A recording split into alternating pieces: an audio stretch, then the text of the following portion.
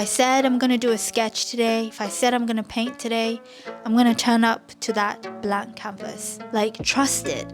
Go with it and start with it. Because I think that when inspirations come to us as an idea, most of the time it's not in a complete picture. The neural pathways that exist, like these electrical whatever things are, like in our brains, like they are there to make connections, they're there to draw conclusions, and they're there to build ideas of all the experiences you've ever had, of all the conversations you've ever taken part in, of all the fears and doubts and joys and surprises that has happened to you, that it has stored like so much memory.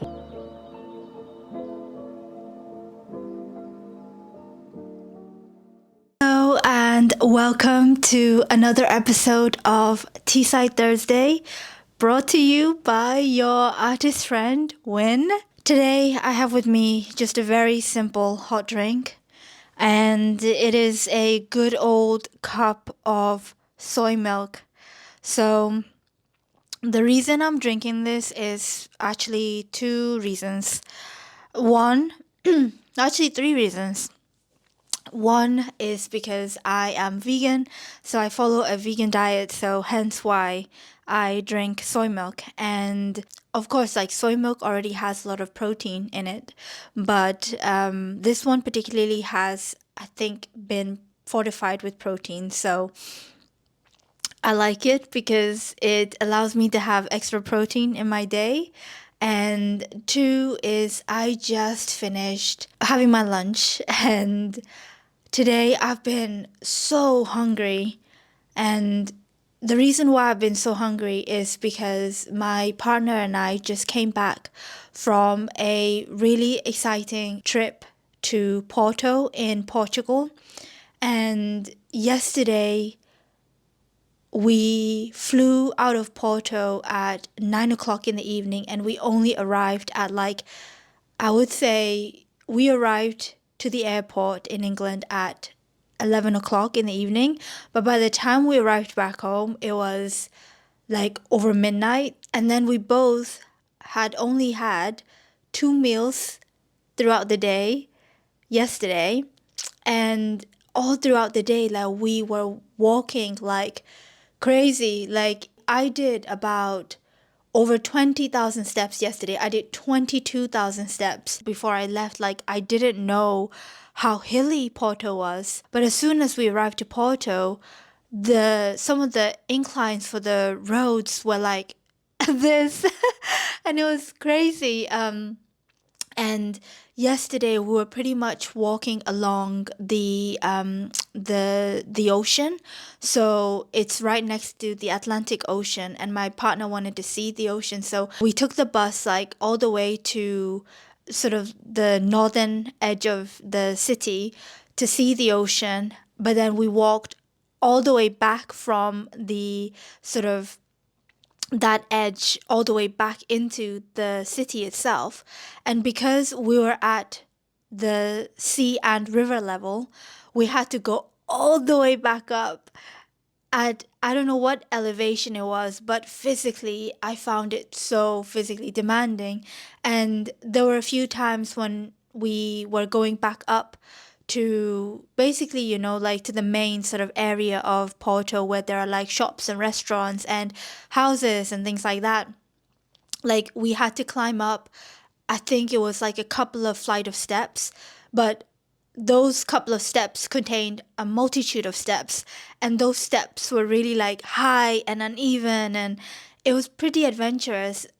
But it made me appreciate like how much like Porto itself as a city is actually like built into the cliffside, and experiencing that in that way made me appreciate the city so much more, and also made me appreciate how sometimes living in a place like Porto, for example, could be like so physically demanding on your body. And it was very humbling to say the least.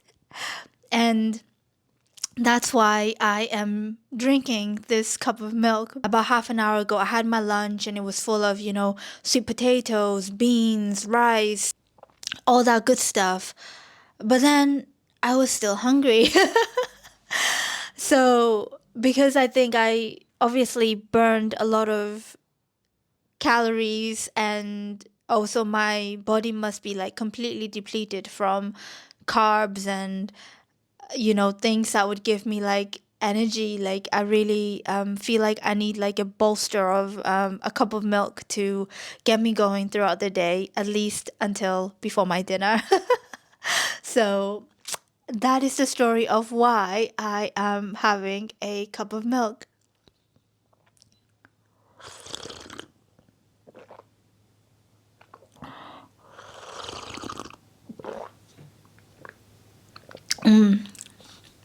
I normally put it in the microwave for like a minute and a half, and what it does is it solidifies like a little bit of the top of the milk, and it creates these like when you have like, because I used to drink like natural milk, and back home in my home country, as you would have already known if you follow these Teesside Thursdays, I keep mentioning my home country a lot, but I have a lot of memories, that I'm very fond of that are associated to my birth country of Burma, aka Myanmar. So when we grew up, I wasn't vegan when I was young, and they would have like fresh cow's milk, and they would basically like boil to serve it. So some stalls served like fresh cow's milk, and to serve it, they would basically like bring that milk to like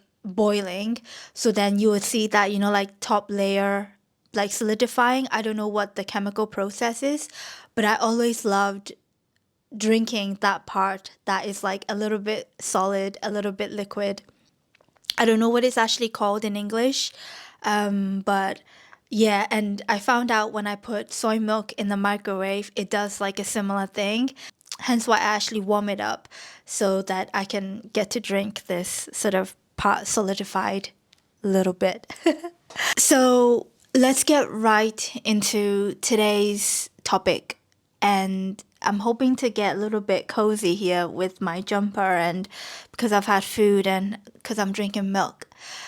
This week, I want to talk about inspiration, finding inspiration, how I find my inspiration, and what to do if you're stuck. All of these sound like very simple sort of episode talking about inspiration, but we'll see where we get to. The reason why I wanted to talk about this topic was the other day I remembered a question that a good friend of mine asked me.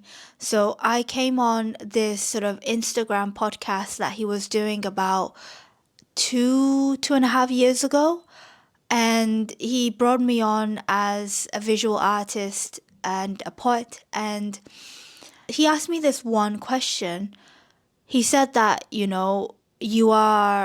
said, you are one of the most like grounded people that I've met in my life or I know. And also you are very creative. Like, how do you stay creative and grounded? The question was like something like that. Like, I can't remember the exact question, but it was my first ever and only podcast that I've been to. And at that time, when I heard the question, to be honest, I didn't feel grounded at that time because I don't know if I explained it well enough. Because to be honest, I was much younger, even though it's only been 2.5 years, I was much younger than I am now. And also maybe less self aware. And because I was so excited, like being on my first ever podcast, don't know if I don't even remember what I said, but I don't think I explained it well. And I thought to myself, maybe I can approach that same question again and see what I can answer from that perspective, like from my own perspective. And I would say that, to be honest, like this question is like a two-part, because I think to stay creative is to actually be both grounded and inspired. And I think that being inspired and being grounded are actually even like they're similar, but I think in terms of having a conversation about it, I think they can be like two different topics because I do very different things to ground me versus different things to inspire me. I think I touched on it in a recent episode that I did, that I will touch on the ways where we can stay sort of in touch with ourselves and stay grounded and self-aware, because I think that's a huge thing, not only in a creative life but also in like any kind of life.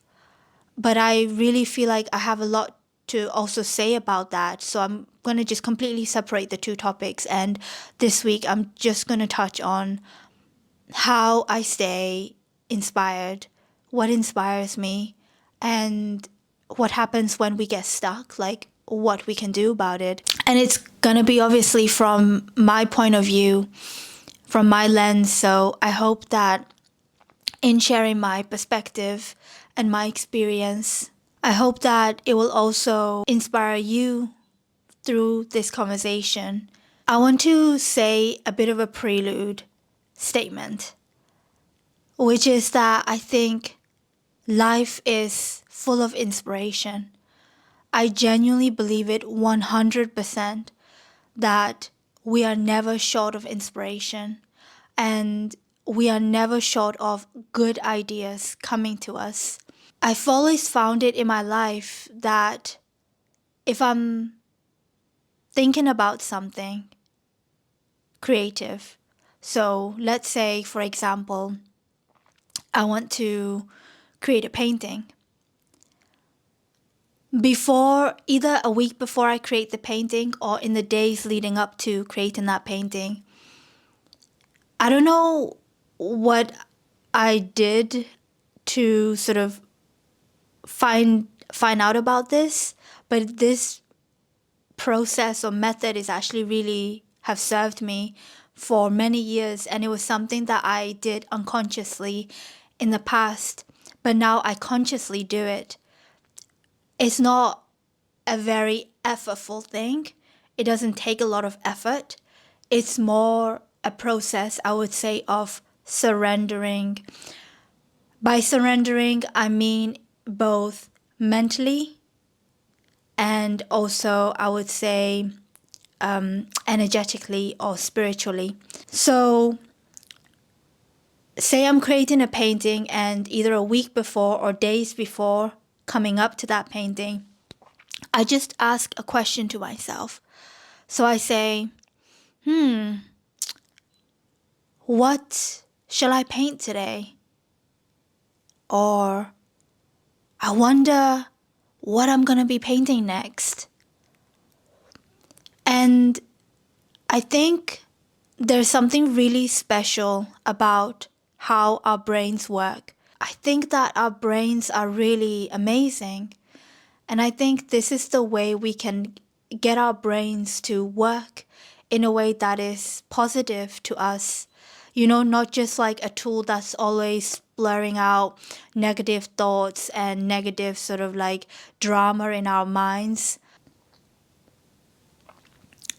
I had a postman who arrived. So hence why I'm sort of looking, and I've stopped feeling self-conscious these days about, like having my windows open and having the light inside shining on me and speaking in this way. I've just stopped. At some point, I think I just stopped caring. So that's a good thing, I guess.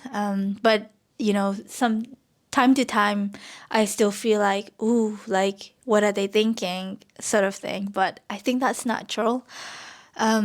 Anyway, back to the topic.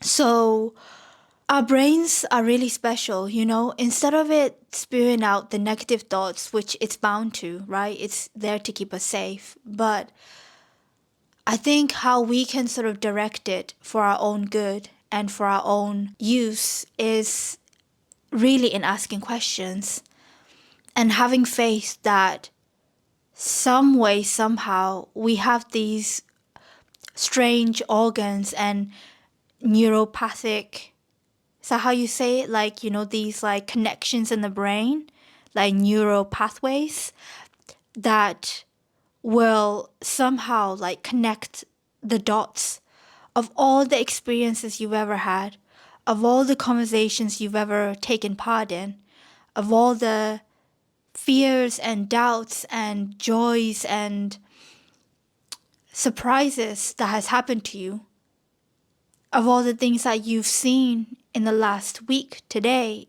in the past few years, that it has stored like so much memory in this like organ of ours, these nerves of ours, that somehow in some ways they will all connect to bring us an idea. And I think this act of asking questions is the first part in the process. The second part is really to surrender. Like, I don't go about trying to think my way through and to reach an answer. I might spew over the question, and I do that a lot with a lot of things in my life that I find very puzzling to me or very frustrating to me or just something that I can't solve. I just keep asking that question, and I can get really obsessive sometimes, I'll admit that, but at least in terms of creativity, I tend to, and I want to, and I try to just keep myself open to any possibility, any answer, and I trust that the muse, the creative powers that be, the higher beings, the sort of the universe, like whatever you like to name it, call it, whatever experience you have with this invisible force of creativity that I do really believe exists, that it will sort of like bring us an idea. And that idea will come about, I believe, in different ways. The question that you asked, like if I asked the question of what painting should I do today, the question that you asked might come from a thought that you have yourself. And it might be a very simple idea. It might come even just as a word. It might come as an image. It might come as a sound. It might come in a dream. Or it might come through something external. You might just, in the week of asking a question, come across a documentary that you happen to watch with a loved one. Or you might just hear a music that somehow makes you relate to that question in that moment.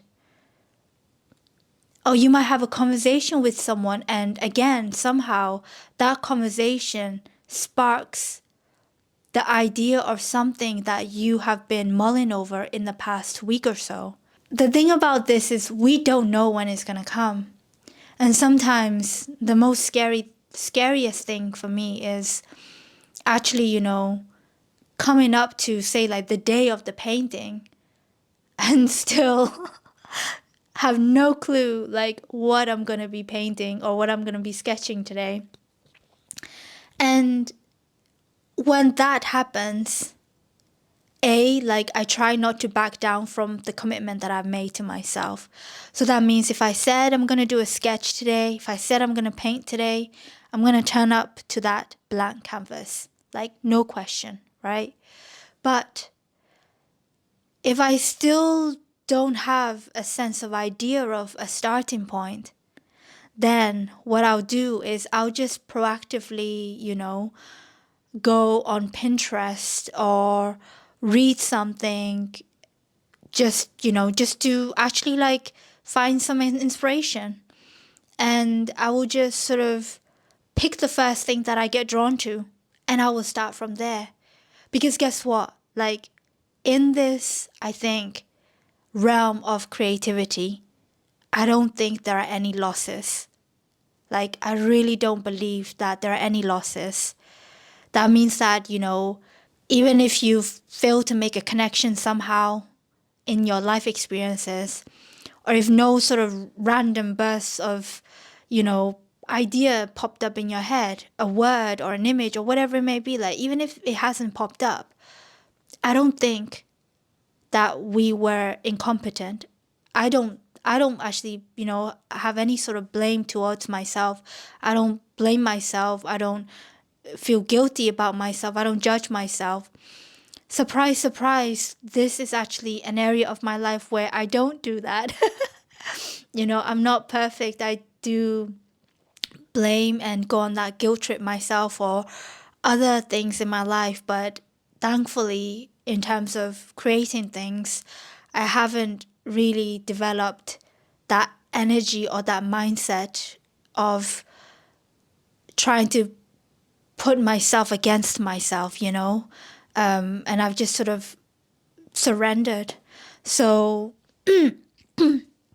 that's where the whole sort of trust comes from as well, because I trust that even if I looked up something just as a starting point, because I literally have no idea in that moment in time, that I trust that whatever I pick will be a great starting point that will take me to where I need to get to find resolution, to find discovery in that sketch or painting.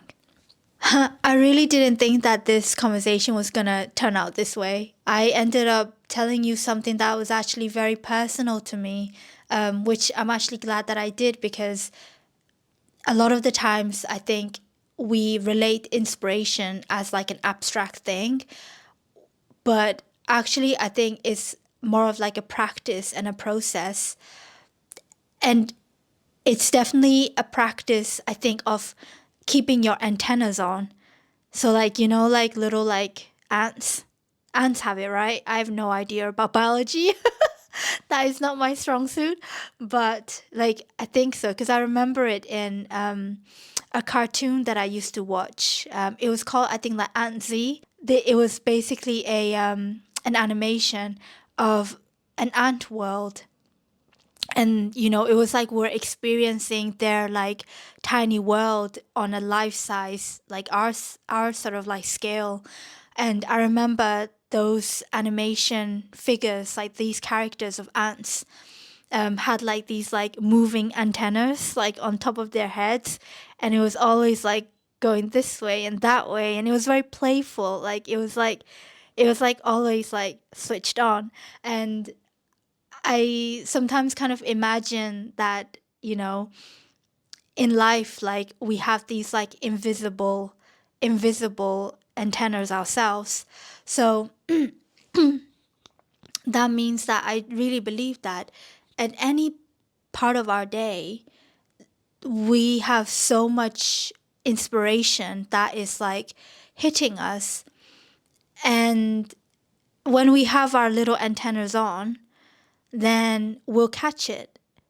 And the way we know if we've caught something is, I think, when we feel like this is how I experience it anyway, when I feel like, oh my God, like I didn't know about this before, or oh my God, like that is so interesting. And then I end up subsequently saying, I wonder if I can paint that. I wonder what would happen if I try to represent that. A lot of the times, like when I get inspiration, is actually through feeling. So I notice what I feel a lot through different life experiences. My enjoyment in making paintings or writing comes from just like seeing if I can represent that feeling that I felt in that particular moment through colors and words and visual image. Like that is something that really like grabs my attention. But for you, like it might be in another way. Like we're all the same but different. I think we all have our own personal obsessions. Everyone has a quirky obsession or a quirky mannerism about something. And I think leaning into your own quirkiness is actually like the best thing that you can do for yourself. And I'm learning how to do that for myself as well.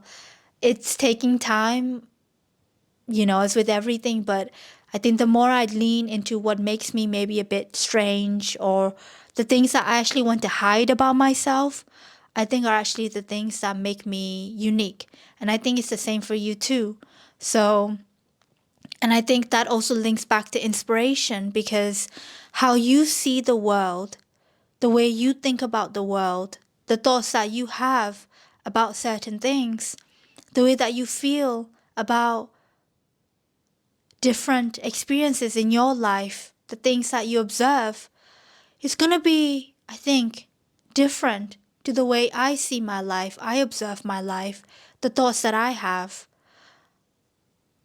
And I think cherishing your quirkiness also amplifies your level of inspiration as well. Like I can tell you, go out to travel, go read different books, taste different foods. And I think all of these are important too. But that practice that I shared with you has been something that has impacted me and continues to impact me in my life. Even if I'm trying to solve a practical thing in my life, if I'm trying to, I don't know, like think about how to decorate my house, I'll ask a question to myself and then see what comes up, like in the next week, in the next month, like so on and so forth. So for me, like when I think about inspiration, I think about that process, and I think about how I have and continue to approach it from this way. The other sort of aspect to that also is, once your little like antenna, like catch that thing, like trust it, go with it, and start with it. Because I think that when inspirations come to us as an idea, most of the time it's not in a complete picture. It's only the starting point. But guess what? Like, we don't need to have the whole painting figured out, right? Like, practically speaking, I don't have my whole paintings figured out. But once I have a starting point, that is like gold dust, because that feeling associated with the starting point, or whatever that starting point is, it carries me through to resolve the painting, carries me throughout the whole process of creating the painting. And I think it's the same thing. Like, I don't think we can expect, the mystery of the creative powers that be to give the answers in a complete way. I don't think they're there to line out, first you must do this, and then this, and then this, and then this. I don't think that's their role. I think their role, these, like mysterious creative powers that be, the muse, like whatever, however you relate it, right? Like, I think they are only here to give us like a small snippet of something for us to work with, and then for us to like take it and do something with it and see what comes about. And in a way, then, it becomes like a co-creative force between us and some unknown force in the universe that is allowing us to exist in ways that I think are very powerful. I think creating and the act of creating is really powerful. The last thing that I want to note for what I believe to be is one of the key things to stay creative and to stay inspired is to find spaces in yourself, in your time, in your day, in your life, basically, to find spaces that allow you to dwell in your own imagination and dwell in your own thoughts and dwell in your own world. AKA basically just, I think, simply put, being with yourself. I've often found that if I am sucked into the world of Instagram or TikTok, if I am sort of drawn into other people's worlds that they are showing and are sort of revealing to us, which is all like amazing, like how amazing is it that we have these technologies that allow us to share our worlds. Like I'm able to share my world with you. Like how amazing is that? And hopefully you are able to share it back with me, and we're able to have that sort of relationship in this way. Like no one could have imagined that like many, many years ago that this is what we would be able to do. But at the same time, I think that it can be a lot for our brains to handle like so much inspiration or so much stimulus at once. I mean, I'm not the first person to talk about it. There's research, there are professionals who talk a lot about how consuming a lot of social media can be very like damaging for the way our brains perform. In a way, what happens and what I actually have recognized in myself again and again, even if I watch Netflix, right? Like right now, I am so into watching Korean dramas, like Korean romantic love stories, and I love them so much. I love the way they act. I think they're highly skilled, like all these actors and actresses, and the whole team, like the way they create the storylines, everything. I love everything about it, but I'm obsessed with it. For me, like I'm not currently obsessed with like or like addicted to using social media, but I'm definitely addicted to watching Korean dramas. And what I found is, say if I'm having lunch and I'm like, like let's sort of like have like a, just a little bit of like 30 minutes of, watching it, just 30 minutes. It doesn't hurt. So I put it on and I watch it as I'm having lunch. It's the middle of the day. I haven't completed sort of like my work block. I'm just having a little bit of a break. It's fine, right? It's fine every now and then. But what I've actually noticed my brain doing is after I've watched it, it actually feels for me like my brain has already gotten its reward. So then I actually find it much harder to come back to my work.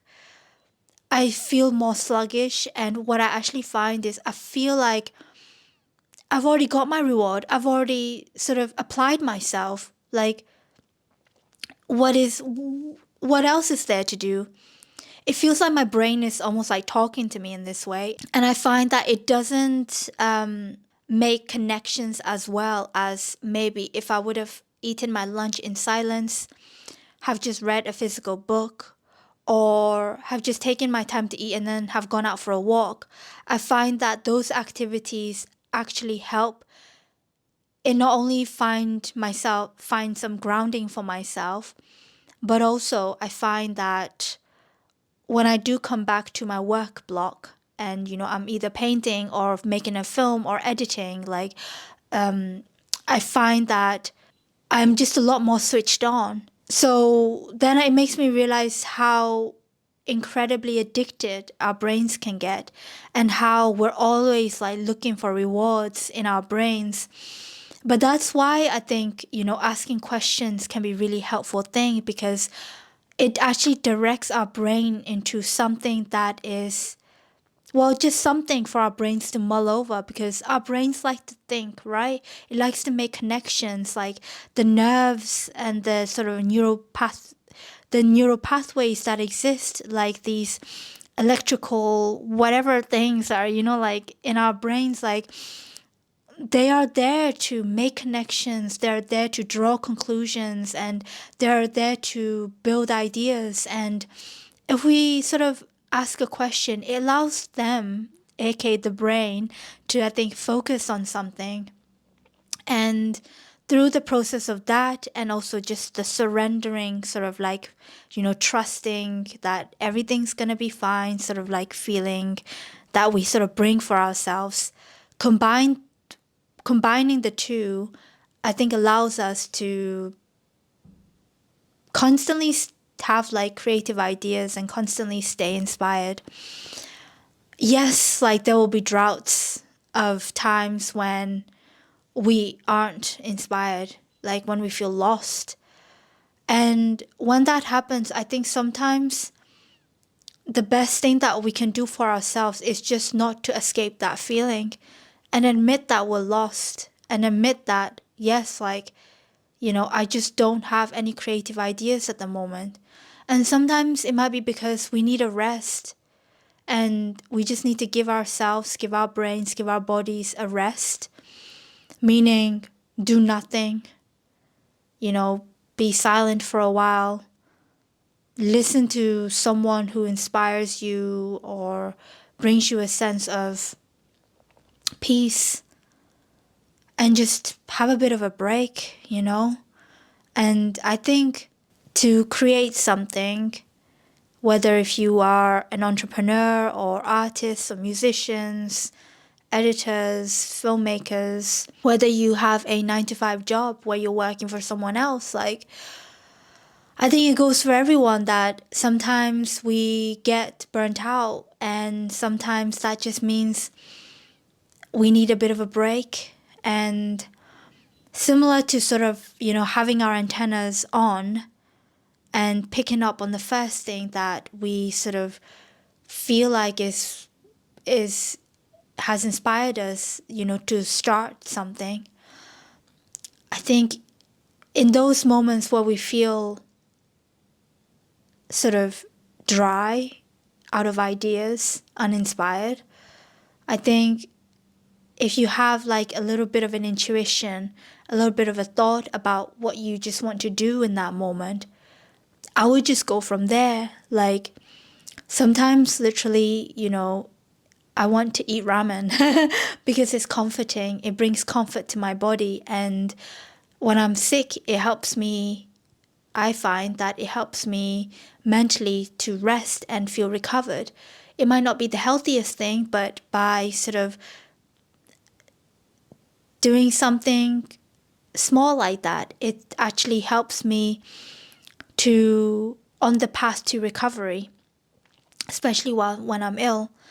So it's a similar thing, right? Like, if we are uninspired and we're going through this drought of empty ideas and just a low mood or whatever it may be, like, what is the smallest thing that you can do for yourself?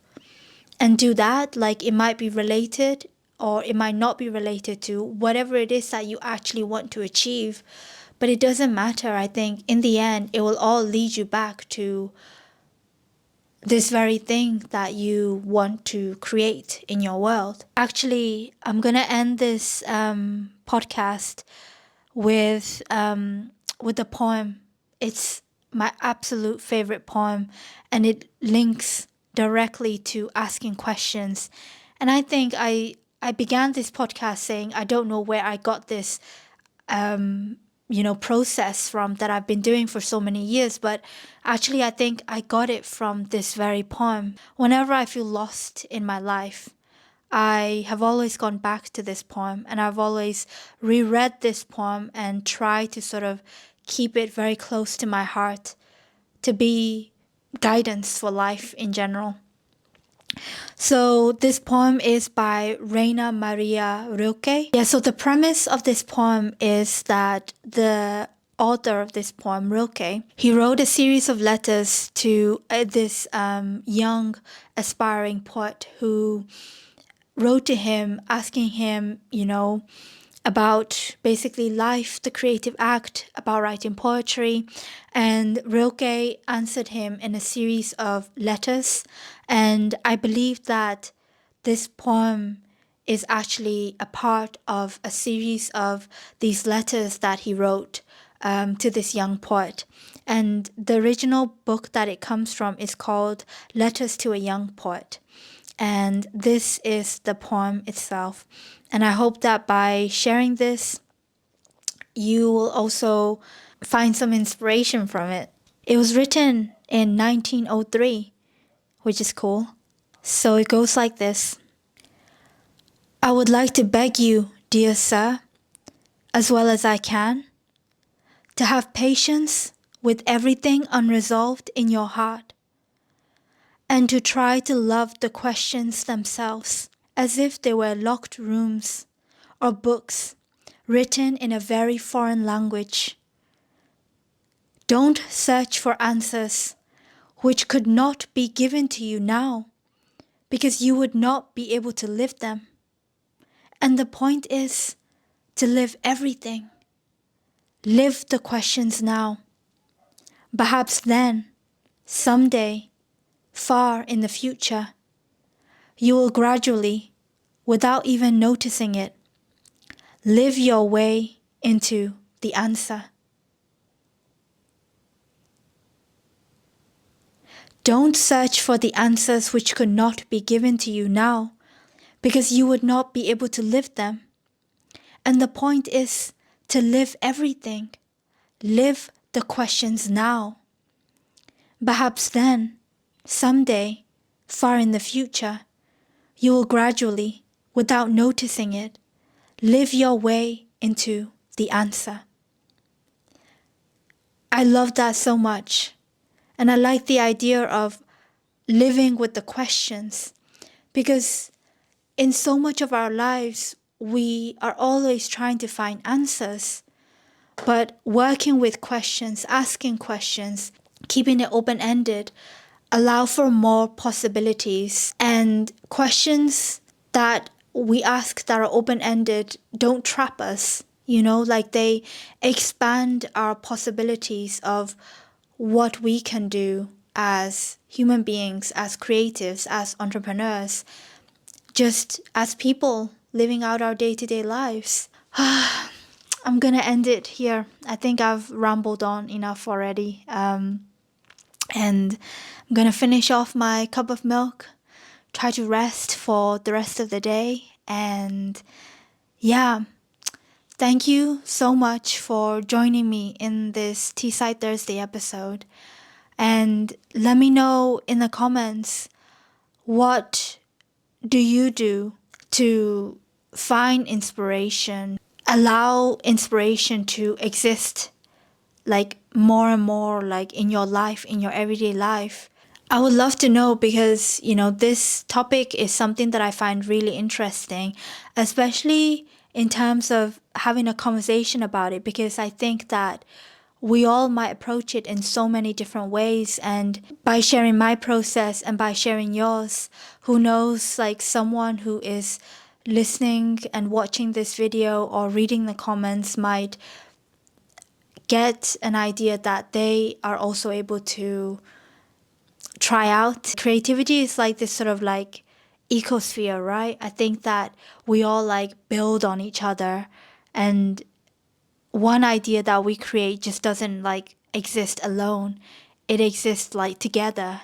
And all our ideas, like all our paintings and music and, all other pieces of artwork, like even in entrepreneurship, like all these ideas like exist in this like ecosphere, and they're all also like out in the ether, especially with the internet, like they're all like just out there. And I think that just also like expands the possibilities even more. Okay, I hope you have a wonderful day, and I will see you in the next Teaside Thursday episode. Bye.